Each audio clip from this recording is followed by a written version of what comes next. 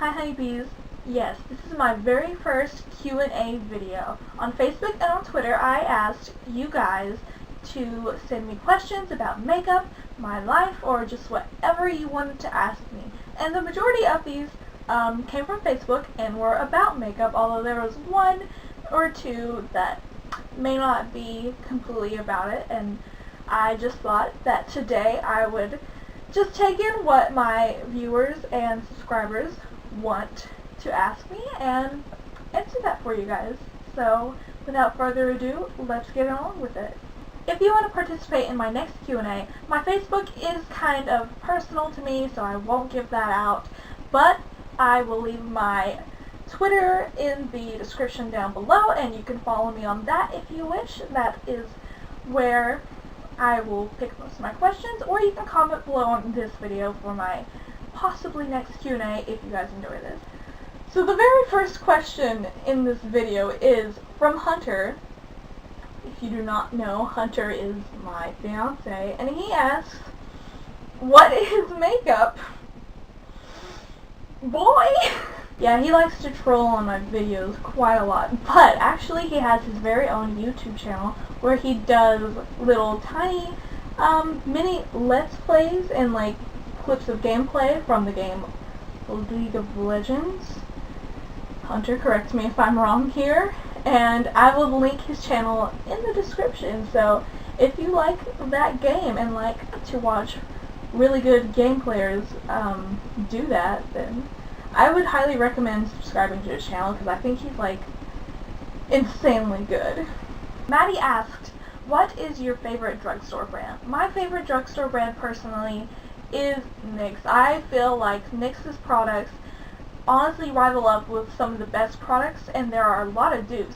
In my opinion, when the whole brightly colored blue, orange, like electric lipstick came out and they were only in the high-end department kind of part of makeup, I feel like NYX was the first to create like, at least in my area, NYX was the first to create very bright, fun colors.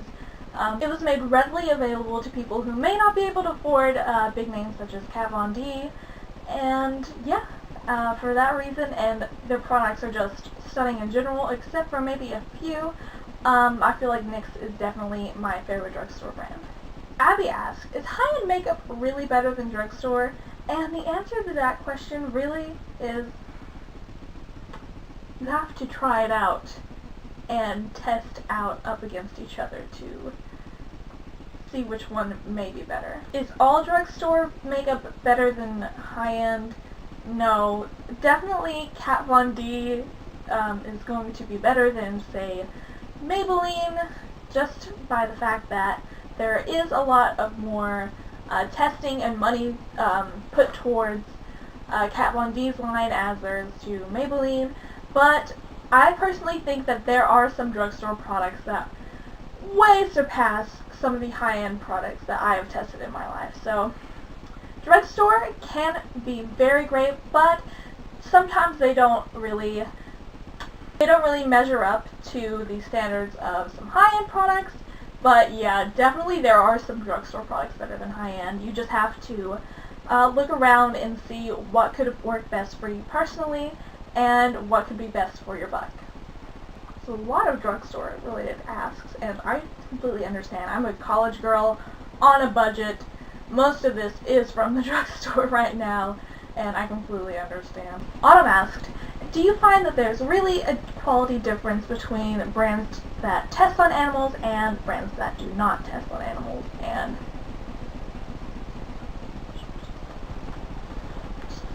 come here. No. Kind of goes along with Abby's question in the sense that you really have to shop around and see what works best for you.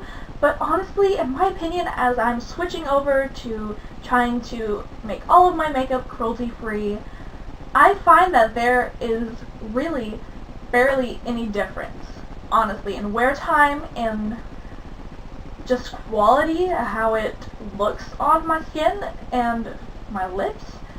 There is a minuscule, if any, difference in brands that do test on animals and that do not test on animals. To test it out, I have two red lip products here. One, this is a Clinique lipstick. It is the Clinique Pop Lip Color in Primer Rouge Intense Base in the shade Cherry Pop. Clinique does test on animals. And here I have the Lorac Beauty and the Beast lip gloss collection, and Lorac does not test on animals. We'll do a little swatch. Obviously, they're going to be a bit different formula-wise, as I was trying to look through my collection of stuff that does test on animals. I've gotten rid of a lot of it, so I didn't really have a lot. This is the only thing I could be really dupable. See, here's the Clinique lipstick. Fine enough, but you have the fact that this does test on animals. And here we have a Lorac lip gloss, which is going to be a bit shinier, but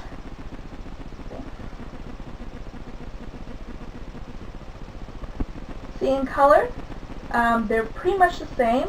This is a gloss, so it is more sheer. But honestly, I found that my Lorac lip gloss lasts more and has more pigment when I put it on the lips than my Clinique lipstick. And honestly, if I had to pick, I would pick this one every time, the Lorac that does not test on animals, than the little Clinique lipstick that unfortunately does test on animals. So, to me, again, you have to shop around and really check the quality of each product, but no, I don't really find a quality difference between brands that do test on animals and brands that don't. Sabrina asked, what products do you recommend to someone who is new at makeup?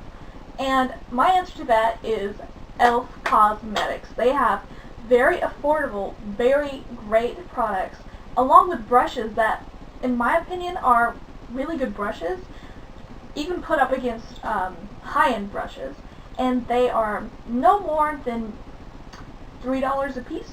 Some are more expensive, like the Kabuki ones, but usually I can find some e.l.f. brushes for $3 a piece, and they are great brushes to get started on, as well as their products.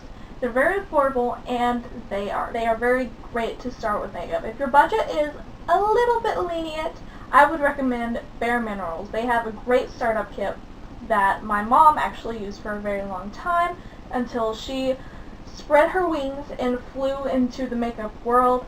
Yeah, so if you are on a budget, definitely e.l.f. Cosmetics. And if you have a little money to blow, try out Bare Minerals. Jasmine asked, how do you personally match your foundation to your skin tone? And what is your favorite concealer?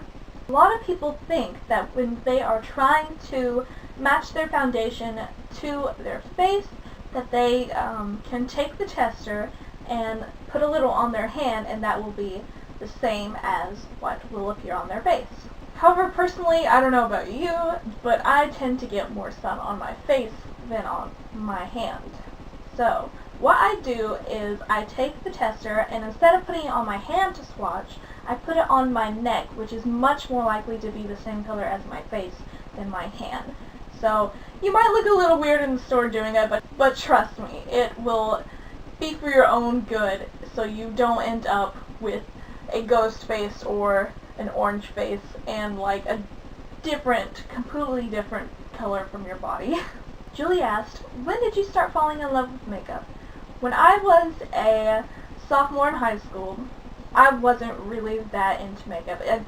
It just didn't excite me, but it didn't like hold me back. It was just part of my routine. However, that year I went Christmas shopping with my mother, and I saw this magnificent holiday collection Avon palette. It had eyeshadows, it had blush, it had little lip glosses, it had bronzer, it had everything. And the big thing about me not getting into makeup, I had to get completely different stuff for everything. And I never had anything that just had one thing right there, and I just couldn't get into it because of that. You can see I've changed a lot since my sophomore year.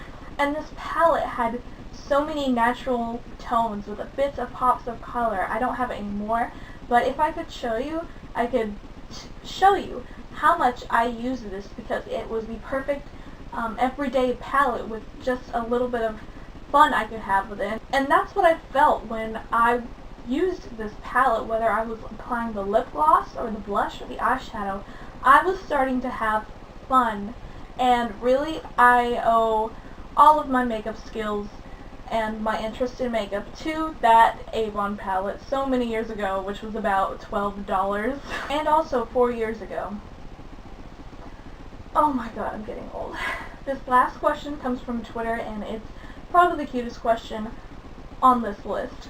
And it says, what is the happiest you have ever been?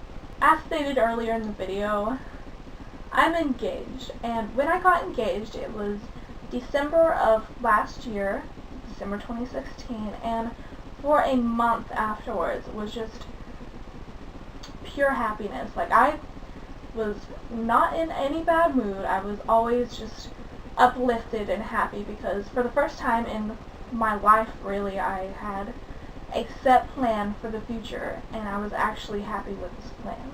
For the first time, I felt like I had done something permanent in my life that I wanted to do. I was not unsure of it, and to feel that and not ever experienced before really opened my eyes and made me think, hey, I want this happiness all the time. And since then, I've been really working on doing what makes me happy as opposed to what I think others would make happy, because I took a hold of my career path and am starting something that I think I would really love to do and really enjoy doing instead of what I thought was best for me and my family at the time.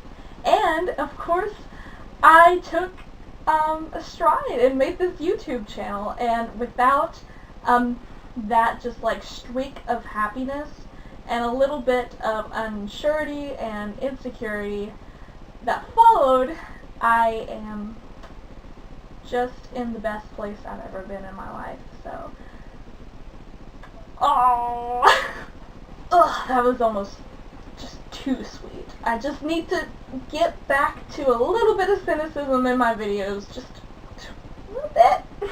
Alright, that was my very first Q&A video. If you enjoyed this video, please like it and comment down below some questions that you might want to ask me, and I might make this a series. I don't know. If you want to keep asking me stuff, then I'll probably answer it.